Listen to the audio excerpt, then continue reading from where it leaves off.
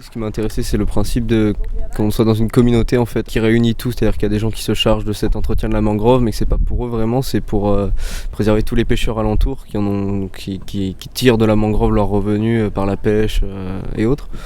Et donc ça m'a intéressé aussi parce que j'étudie l'économie et il y a pas mal de nouveaux courants de communaux collaboratifs, de communautés et autres. Bon, les bouquins c'est bien.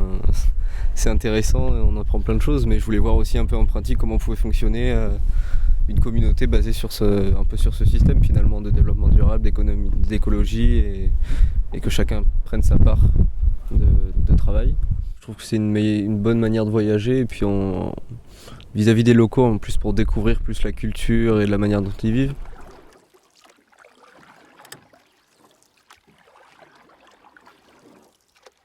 Il y a eu plusieurs étapes dans le projet. Au départ, on a d'abord été dans les mangroves pour aller chercher les graines. Donc c'est sous forme de grosses fleurs qu'on trouve dans les arbres, au niveau des branches. Et après cette étape-là, on a préparé les pots dans lesquels les graines allaient être plantées. Et ensuite, on les a placées dans une pépinière. L'étape de la fin de ces jours, c'est d'aller planter les arbres que les volontaires précédents ont cultivés, ont plantés. Disons qu'ils les avaient mis dans les pépinières, on va les chercher dans les pépinières, ils ont poussé depuis plusieurs mois.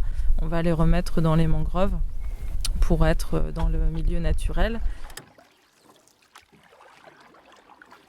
C'est une première, c'est une découverte. Ça doit faire... Je crois que la première fois que j'ai eu envie de faire ce genre de choses, c'était il y a un peu plus de 10 ans. Et puis bon, pour plein de raisons, ça s'était pas fait. Et puis bon, les choses ont avancé. Et puis j'ai gardé ça un peu dans un coin de ma tête.